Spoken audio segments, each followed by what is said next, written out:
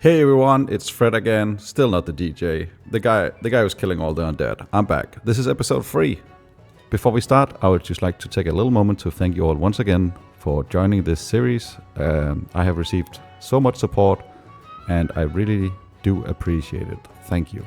We start off episode 3 the correct way by seeing Purging locking online and us destroying the filthy undead.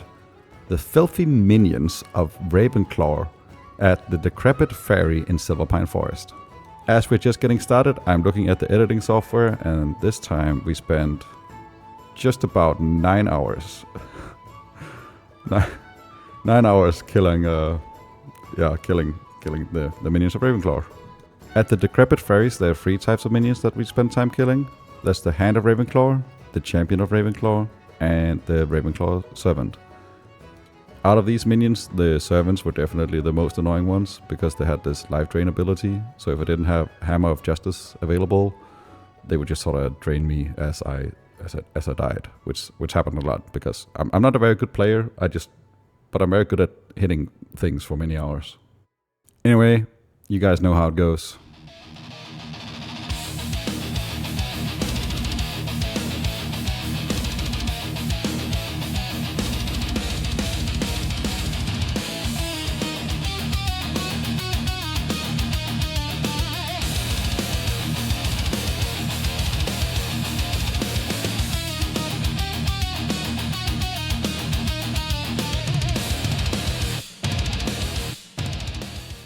A lot of comments mentioned they would like to see the experience bar as a level, which I think is a great idea. So here you go, enjoy half a level in about 40 seconds, which used to be about 1 hour worth of recording.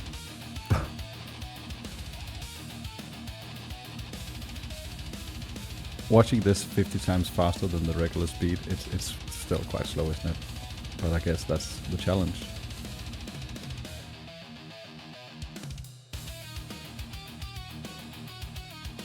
Just before 15 we get another 200 mace, which isn't really much of an upgrade, but a nice drop anyway. We reached level 15 and here are the talent choices so far. As we start the purifying, I thought I might address some questions and comments I had from the last video. Let's talk about professions for a second. In the second video I went to Ironforge to get blacksmithing and mining, because I had this idea in my head that I would be able to mine and craft my own gear. But I didn't really think it through. Obviously mining needs a mining pick and blacksmithing needs a blacksmith hammer, which neither drops from undead. So then I thought, alright, well maybe I can go tailoring because we get a lot of cloth from the undead. But we need threads to be able to craft bags, which also does not drop from the undead. A lot of you guys mentioned that I should go fishing and cooking. Fishing I can't really, because we need a fishing pole, which also does not drop from the undead. I think you guys can see the theme here. And we have a similar problem when it comes to cooking. Cooking is great if you can kill wolves for wolf meat or crabs for crab meat, but we are only killing undead. And I'm not sure if there's rules in the Path of the Light about eating the undead, but somehow it feels like that shouldn't be allowed, so cooking isn't really helping us either. One thing we can rely on is first aid, because first aid only requires cloth, which the undead have a lot of, apparently. God knows why. And they don't drop that much water or food, or at least it's not very reliant to keep us running. So we have done a lot of first aiding. There isn't a lot of level 15 to 16 undead mobs available in Silverpine Forest, so we end up spending a lot of time in this area. We end up killing 184 Ravenclaw servants, 155 Ravenclaw champions, and 49 Hand of Ravenclaws, so yeah, quite a lot. We finally reached level 16, and as you can see, a lot of my items are broken at this point, so we really need to head to Hillsbrad and sell some items and get our stuff repaired before we continue. Now, I actually didn't think about this, but I could just die and rest at the Spirit Reser in Hillsbrad, which is what ended up happening. Here we have a lot of the items that we found while we were killing the minions of Ravenclaw. A lot of it was not really that useful. No juicy upgrades so far.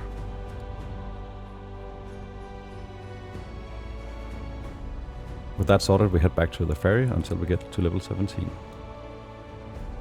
You may have noticed that the undead we're killing now all bear the name of Ravenclaw. And you might wonder, well, who is this Ravenclaw? Perhaps you remember the gnolls that we were killing in episode 2, and they are actually associated with these champions of Ravenclaw. You see, Ravenclaw is a filthy necromancer who's using his dark magic to raise the gnolls from the dead. He is scum of the earth. So with the decrepit ferry being purified, our next job is to head to Fenris Island. Before we go there, here's a quick gear update. Our gear is pretty good considering we only got items from killing mobs. One thing that I think is pretty incredible is that we've only gotten 2 bags so far, which I think is pretty unlucky to be honest, and it's a little frustrating because we don't really have any options. We can't buy bags and we can't craft bags. We head over to Fenris Isles to put a final stop to Ravenclaw's minions. There's 2 types of mobs here in the Fenris Isles, and they are both gnolls. One is the Rothhide Brood, which is a pretty simple warrior type undead. And then there's the Rothhide Plague Weaver, which I think is a disgusting undead, who is trying to spread plague clouds as you try to kill them. So with the power of the light, this entire island must be purged.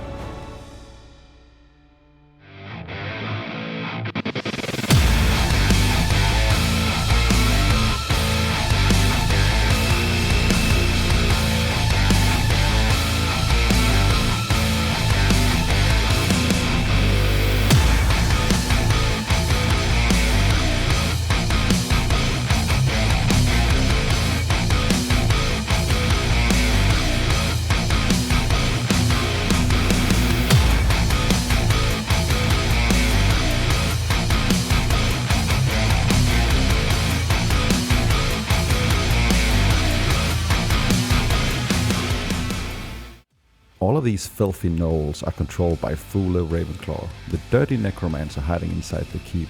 He has raised these gnolls to life, made them dug up skeletons throughout Silverpine Forest and Tirisfal Glades, just so he can take the dead bodies and raise them as the undead. He is our nemesis. But we have a problem, because even though he's a necromancer and obviously causing a lot of undead destruction to the beautiful Azeroth, he is classified as being humanoid. Which means, for the challenge, we can't actually kill him. But you bet your ass that we're gonna kill each and every one of his filthy minions.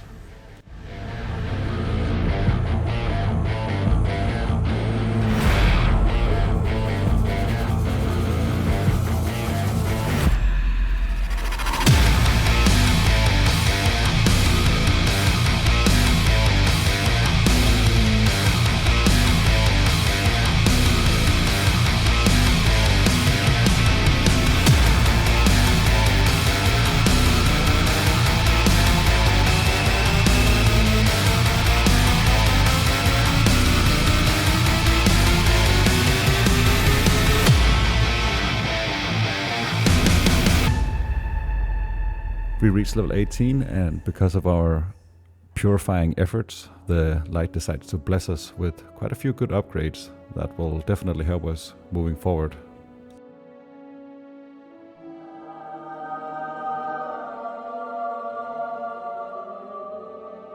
This sword is a blessing from Uther himself. It's quite a big upgrade and we definitely needed it. Unfortunately, we can't use it just yet because we still have to train our sword skill in Stormwind. And we still have to finish purifying the island of Ravenclaw's dirty minions. My goal before leaving this island was to get to level 20, so we could get Exorcism and we could start heading to Duskwood and finally start purging the lands of the Alliance. It's going to be quite nice to finally be in more, let's say, friendly areas, where it's a lot more convenient to head to the town to repair, sell stuff, and head to the capital city to train our spells more often, because right now we train our spells like every 6th or 8th level. We finally get to level 19, so we just have one level left in this area. I'm gonna do a bit of a jump cuts, but I will keep the experience bar in as requested. As I said in the start, the original footage for episode 3 was 9 hours long, and a lot of it is in the same, kind of in the same areas. We started the decrepit ferry, and now we're here on Fenris Isles. So there isn't a lot of change of scenery, which makes it quite difficult to make the video exciting. I really limited myself with this challenge on just how much stuff I can do, because a lot of it is just auto-attacking mobs, and then it's my job to hopefully entertain you guys with a bit of commentary and a few edits here and there, but I'm by no means an expert at this. In the last video, someone suggested I could tell the story on how I got into World of Warcraft in the first place, which I think is a great idea. My parents are divorced, and they have been since I was quite small. So my older brother lived with my mom and I lived with my dad, so I would only see my older brother every second weekend or so. Which meant when I came to visit him and my mom every second weekend, he would always have some new exciting games. I remember I had just gotten to my mom's house and my brother came running out of his room very excited to talk to me, which didn't happen super often as a little brother. But he really wanted to show me the latest cool game, which, as you probably have guessed, was World of Warcraft. And we went into his room and he showed me his character, which, ironically, was a human paladin. So not only did he introduce me to the game, he also made sure that I would follow the path of the light. I would really like to hear you guys' story on how you got into the game as well, so please write it in the comments. And with that nostalgia trip, we reach level 20. And we finally get Seal of Command. We take a quick look at Fenris Keep, which unfortunately we were not able to go in and purify this time, because the monsters were a bit too strong, so some of Ravenclaw's minions gets to survive another day. We finally head back to Stormwind for the first time since we started the series, and now I actually have the flight path, so I don't have to swim across the ocean for the third time. I've learned my lesson. And hey look, we're back to where the video started. Isn't that fun? I think it's fun. As we head into Stormwind, I'm just gonna let you guys enjoy the moment.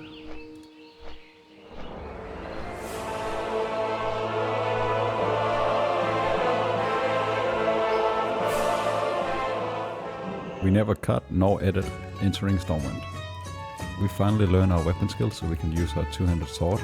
We will also go train our class spells and train our first aid. With that sorted, we will finally head towards Duskwood.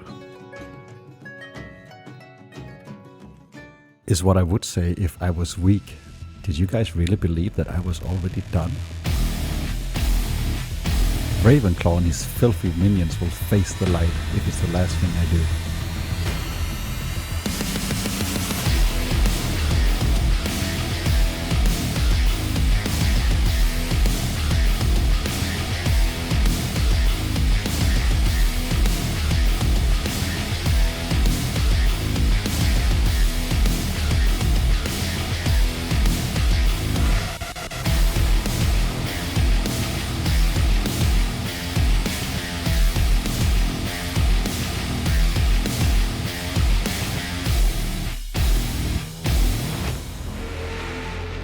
Standing face to face with Ravenclaw, it almost makes you want to break the rules.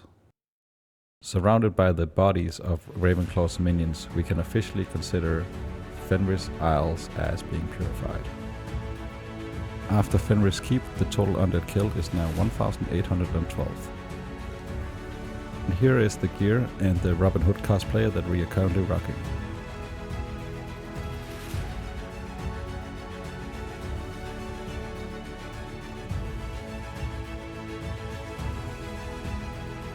As we head back to Stormwind and Duskwood, I would just like to thank you all again for watching and all of the amazing support that I have received.